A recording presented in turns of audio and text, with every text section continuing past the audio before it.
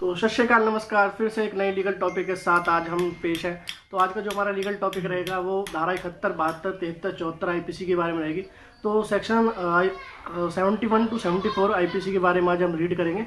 तो video start करने से पहले मैं बोलूँगा कि मेरी वीडियो को लाइक करें, शेयर करें और सब्सक्राइब करें।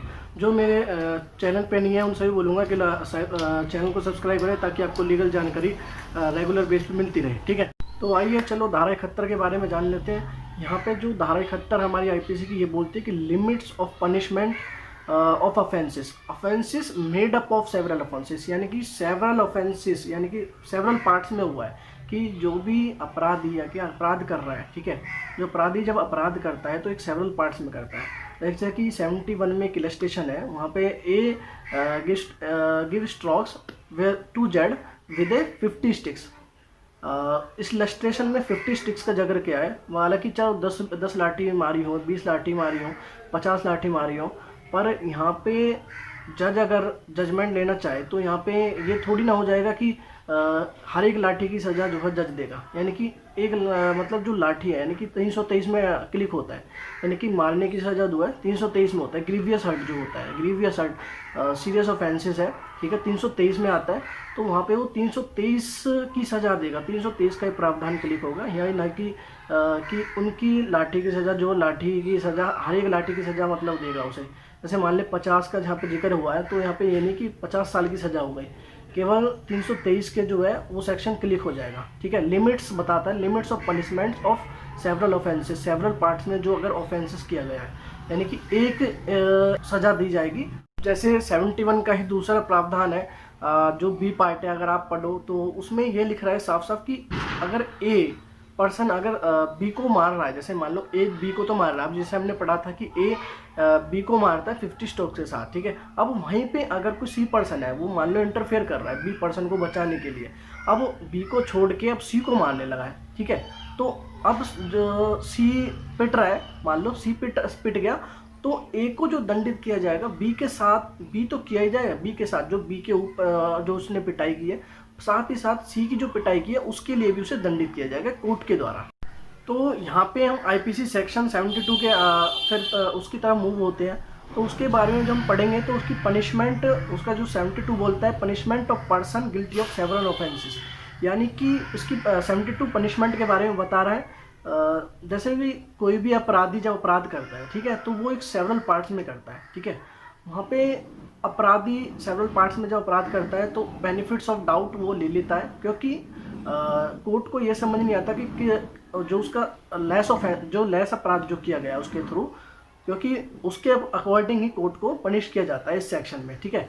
तो कोर्ट डाउट हो जाता है, तो उस बेनिफिट ऑफ डाउट जो है वो एक्यूज को मिल जाता है, ऑफेंडर को मिल जाता है, अपराधी को मिल जाता है, ठीक है। तो इसमें जब वो अपराधी ढूंढ लेता है, अपराधी का अपराध जो ढूंढ लेता है, जब कोर्ट को ये मिल जाता है अपराधी का अपराध, तो उसमें लेस जो सबसे ज़्यादा जो लेस जो उसने अपराध किया होगा उसके अकॉर्डिंग उसको पनिश किया जाता है। तो सेक्शन 73 जो है वो सॉलिटरी कन्फाइनमेंट के बारे में बात करता है। सेक्शन 73 यानी कि सॉलिटरी कन्फाइनमेंट, जो जाल कोठरी बोलते हैं, काला पानी। जैसे कई बार आपने सुना होगा कि फलाने टिकने को काल कोठरी की सज़ा मिली है, काले पानी की सज़ा मिली है।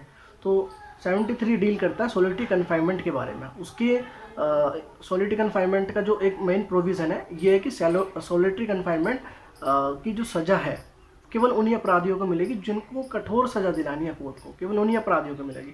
लेकिन ये भी फंडामेंटल राइट्स के अगेंस्ट है। कोर्ट ने जो बोला है, सुप्रीम कोर्ट की नई गाइडलाइंस आई है, उस दोनों भी ये बोल दिया, साफ कर दिया है कि it is inconsistent with the fundamental right. तो सॉलिटरी कन्फाइनमेंट में शैल नॉट एक्सीड 3 मंथ। अब इसमें भी एक और है कि आपको सॉलिटरी कन्फाइनमेंट जब मिलेगी वो बीच बीच में मिलेगी, मतलब थोड़ा थोड़ा दिन कर करके, थोड़ा गैप पे मिलेगी। जैसे आज 10 दिन के दे दिए, कल फिर 12 दिन की, मतलब एक हफ्ते का गैप छोड़ के फिर 12 दिन का दे दिया है।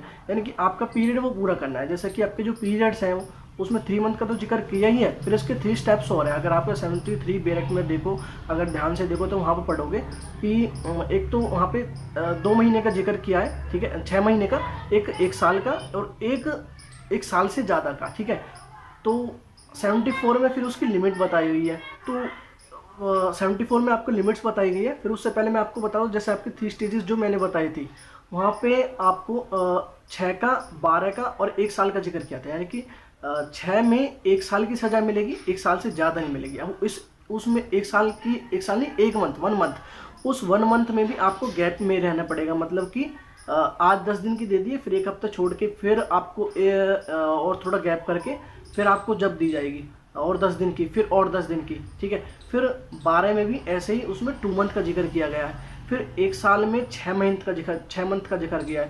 यानी कि 6 मंथ से ज़्यादा आपको सॉलिटरी कन्फाइनमेंट नहीं दी जाएगी, ठीक है। तो सेक्शन 74 के बारे में हम रीड करते हैं। आईपीसी का सेक्शन 74 सॉलिटरी कन्फाइनमेंट की लिमिट्स जो बताता है, यानी कि किसी भी मान लो अपराधी को जब अपराध के लिए दंडित किया जाता है, तो उस अपराधी को सेक्शन 74 के तहत उसे 14 दिन से ज़्यादा तक का कारावास नहीं रखा जाएगा। जो जाल कोठरी में 14 दिन तक रखा जाएगा, 14 दिन के बाद नहीं रखा जाएगा, ठीक है।